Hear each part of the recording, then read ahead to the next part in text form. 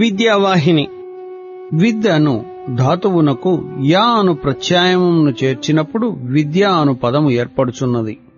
Yeah అనగా ఏది, విద్ అనగా వెలుగు.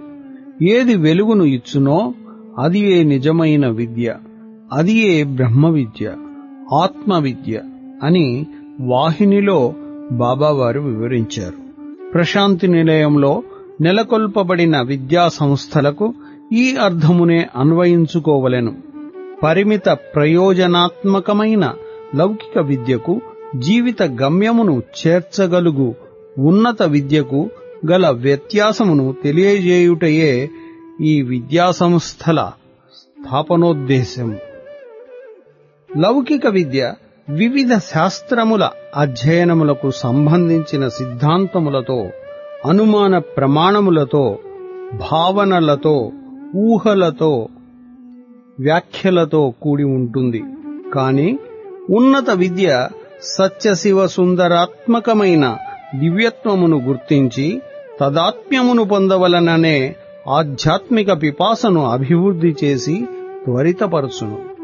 బాబావారు మానవాళిని ఈ విద్య ద్వారా సంస్కరించి తరింపజేయుటకే అవతరించారు. నేటి విద్యా విధానం మానవుని అయోమయ స్థితిలో పడవేసి పెడమార్గమును పట్టించుచున్నది. విద్య మానవ జీవిత గమ్యమునకు సురక్షితముగా చేర్చగలుగు నౌక వంటిది. ఈ నౌక భద్రమైనదిగా ఉండవలెను. కాని నేటి జీవన నౌక మానవుని సముద్ర గర్భమున ముంచివేయుచు భయాందోళనములను కలిగించు రీతిగా ఉంటున్నది. బాల్యము నుండి బాబావారు గ్రామ ప్రజలను సంస్కరించు బాధ్యతను స్వీకరించారు. ప్రజలు కూడా బాలబాబాను గురువుగా సంబోధించెడివారు. ఆనాడు సంఘంలో ప్రబలి ఉన్న జీవహింస, స్వార్థపూరితమైన దోపిడీతత్వము, వడ్డీ వ్యాపారస్తుల నిర్దాక్షిణ్యత్వము, జూదము, నిరక్షరాస్యత, ఆడంబర జీవన విధానము మొదలైన దురాచారములను తీవ్రముగా బాబావారు విమర్శించేవారు. ప్రజలందరికీ అర్థమయ్యే రీతిలో హాస్యోక్తులు, ప్రహసనములు, వ్యంగ్య రచనలు, గేయములు, నాటికలు రాసి ప్రదర్శింపజేసి సంస్కరించడానికి ప్రయత్నించినారు.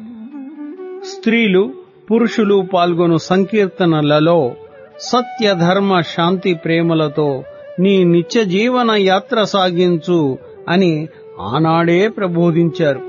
1943 సంవత్సరములో తన 17వ ఏటనే బాబా విద్య యొక్క లక్ష్యము మానవతా విలువలైన సత్య, ధర్మ, శాంతి, ప్రేమ, అహింసలను అలవరుసుటయే అనే సందేశమును అందించినారు.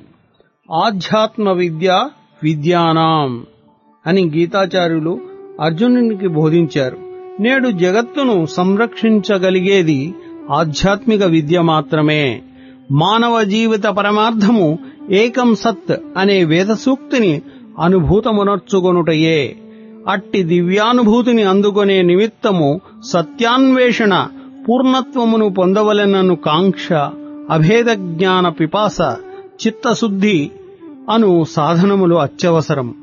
గత 50 సంవత్సరాల నుండి బాబావారు అందించిన దివ్యోపన్యాసాల సారాంశము, సందేశము ఇదియే.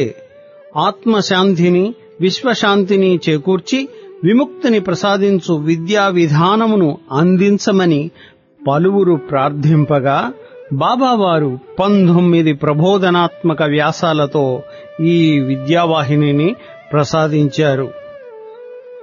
కస్తూరి, ఎడిటర్ సనాతన సారథి. విద్యావాహిని ప్రబోధ 1. ఆది లేనిది అనాది, అదే అన్నిటికీ ఆది. దానికి ఆదిగా గలిగినది మరొకటి లేదు, కాబట్టి దానికి అంతము కూడా లేదు. పెరిగినంత వరకు పెరిగి, వికసించినంత వరకు వికసించి, పరిపూర్ణమైన తన ప్రభావముతో ప్రపంచానికి కూడా సంపూర్ణతను అందించే ఈ పరమతత్వాన్నే విద్య అందురు. ఎందరో మహానుభావులు విశ్వ సౌందర్యములోని పరమరహస్యములను హృదయాకాశములో అవగాహన చేసుకుని లోక కళ్యాణార్థమై తమ అనుభూతిని వాగ్విభూతిగా లోకానికి చాటింపజేసినది విద్య. వేదములో ప్రధానమైనది నాదం. ఈ నాదము విని ఆనందించవలసినదే గాని దానిని విమర్శించవలసినది కాదు. అందువలననే దానికి శృతి అనే పేరు వచ్చినది. శ్రవణ మాత్రము చేత లోపలి ఆత్మానుభూతి బయటికి ఆవిర్భవించి ఆపాతరమణీయముగా ఆనందాన్ని అందించేదే విద్య. మామూలు వేదాంతమనే పదాన్ని తత్వచింతనకు పర్యాయపదంగా వాడుతూ ఉంటారు. కాని వేదాంతమనేది వేద వాంగ్మయములో ఒక ప్రత్యేకమైన శాఖ. ఉపనిషత్ వాంగ్మయమంతా వేదాంతమునకు సంబంధించినదే. బాహ్య దృష్టిలోని అందచందాలను అంతర్దృష్టితో అవగాహన చేసుకొని వాటి ఆవేశాన్ని అనురాగముతో కీర్తించిన ఆనంద గీతికలు ఋగ్వేదములోని రుక్కులు. పాడుకొని కొనియాడదగిన పరమ రమణీయ పద సంపద సామగానము. ఐహిక ఆముష్మిక రహస్య సంపుటి అధర్మణ రూపాన్ని ధరించింది. సత్కర్మలైన పుణ్యకర్మలైన యజ్ఞయాగాలు కర్మకాండకు సంబంధించిన మంత్రాలు యజుర్వేదములో చేరాయి. ఇలా నాలుగు భాగాల్లో విస్తరిల్లిన వేద వాంగ్మయాలలో తిరిగి 4 శాఖలు. ఇవన్నీ విద్యలనబడును. మంత్రభాగము, బ్రాహ్మణ భాగము, ఆరణ్యకము, ఉపనిషద్భాగము. మంత్రభాగాన్ని సంహితా భాగమని కూడా అంటారు. ఇందులో మంత్రాలన్నీ సంగ్రహంగా కూడి ఉంటాయి. ఈ మంత్రాలకు వినియోగం, ప్రయోజనం, ప్రక్రియ రూపొందించేది బ్రాహ్మణ భాగం. బ్రహ్మ శబ్దానికి అనేక అర్థములున్నను ఇచట మంత్రమనే అర్థం. ఈ భాగములో ఎక్కువగా ప్రవృత్తి మార్గానికి చెందినవి వైరాగ్య సూత్రములు, వేద రహస్యములు ఆరణ్యకములో ఉంటాయి. ఈ రెండింటి సమన్వయం చివరి భాగమైన ఉపనిషత్తులలో ఉంటుంది. ఇది వేదవాంగ్మయానికి తుది విభాగము అగుట వలన దీనికి వేదాంతమని పేరు వచ్చింది. ఒక విధంగా దీనిని వేదసారమని చెప్పవచ్చు. సమస్త వేద సారస్వతానికి నవనీతము లాంటిది. అనగా పాలను మదించగా పైకి తేలు వెన్న వంటిది ఈ వాంగ్మయం. ఉపనిషత్ సత్ అనే ధాతువు నుండి వచ్చినది. ఈ ధాతువుకు ఉప, ని అనే 2 ఉపసర్గలు చేరాయి. సత్ అనే ధాతువునకు కూర్చుండుట అని అర్థము. దీనినే నశింపజేయుట అని కూడా మరొక అర్థమున్నది. నీ అనగా నిష్టను తెలియజేస్తుంది. అనగా ఆచార్య సమీపమున అంటే గురు సమీపమున నిష్టతో కూర్చొని నేర్చుకున్న వివేక విజ్ఞానాలు అలవడును. భగవద్గీత, ఉపనిషత్తులు, బ్రహ్మసూత్రాలు భారతీయ తత్వచింతనకు మూలకందములు. వీటినే ప్రస్థానత్రయములని అందురు. మన కంటికి కనిపించేది, మన తనువును మరిపించేది, మనసును మురిపించేది, మన మనుగడ వెలిగించేది ఈ భౌతిక ప్రపంచం. ఈ పార్థివమైన ప్రపంచములోనే అపార్థివమైన పరమార్థమున్నది.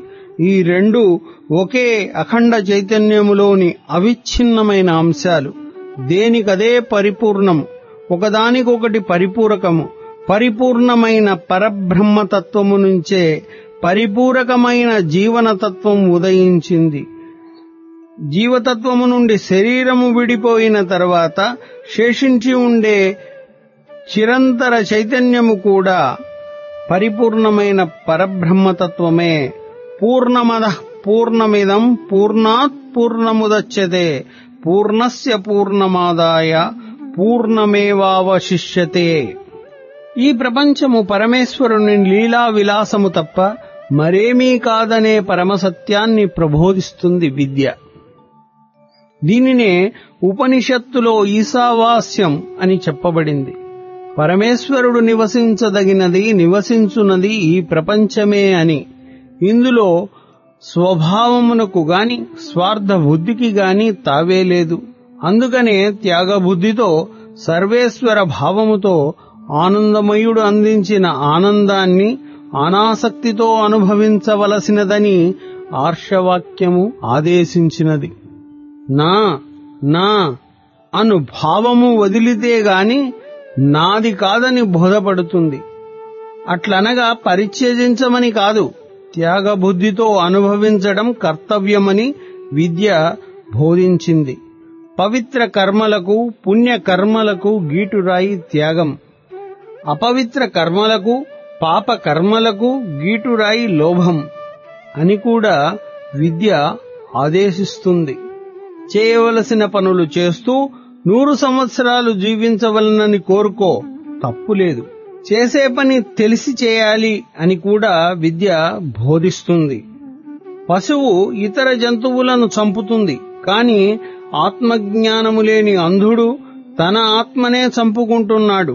అట్లు చేసినవాడు కారు చీకట్లు కమ్మిన భీకర లోకాలకు పోతాడని కూడా విద్య తెలుపుతుంది. విద్య ఆత్మలక్షణాలను వివరిస్తుంది.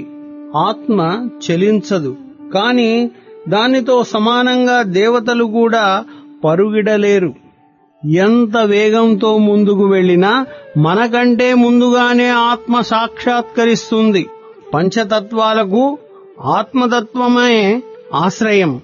నిజానికి ఆత్మ నిశ్చలం, దాని ఉనికిని కొలిచి చెప్పుటకు సాధ్యము కాదు అని విద్య బోధిస్తుంది. ఆత్మకు అనాత్మకు, విద్యకు అవిద్యకు, వికాసానికి వినాశానికి భేదమే లోపిస్తుంది. అట్టి స్థితిని అనుభవించి అభేదములో ఏకత్వము పొందిన వారి చరిత్రలను, సమత్వమును నిరూపిస్తుంది విద్య. అట్టి వారి దృష్టికి విద్య అవిద్య రెండూ సమానమే. అవిద్య ఎంత హానికరమో విద్య కూడా అంతటి హానికరం. రెండింటి రహస్యములను బాగుగా తెలిసినవాడు కాబట్టి అట్టి మనిషి అవిద్యను ఆధారము చేసుకొని అమృతత్వాన్ని పొందుతాడు.